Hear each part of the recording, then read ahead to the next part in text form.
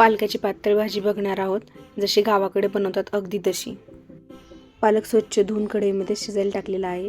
त्यानंतर मी त्याच्यामध्ये मुगाची डाळ टाकली आहे। हे दोन्ही मस्त असं शिजवून घ्यायचं। त्यानंतर हे थंड झाल्यानंतर त्याच्यामध्ये 2 चमचे बेसन पीठ टाकलेलं आहे मी।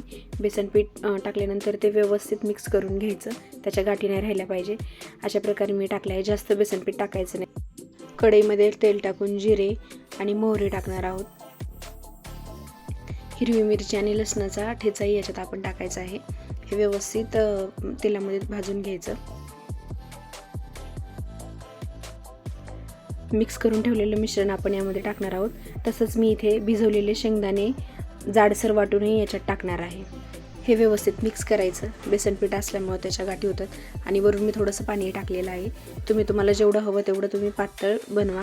तसंच मी याच्यात 1 चमचा मीठही टाकलेलं आहे। मीठ व्यवस्थित मिक्स करून घ्यायचं आणि थोडा वेळ झाकण ठेवून मस्त अशी भन्नाट पालकाची भाजी बनते।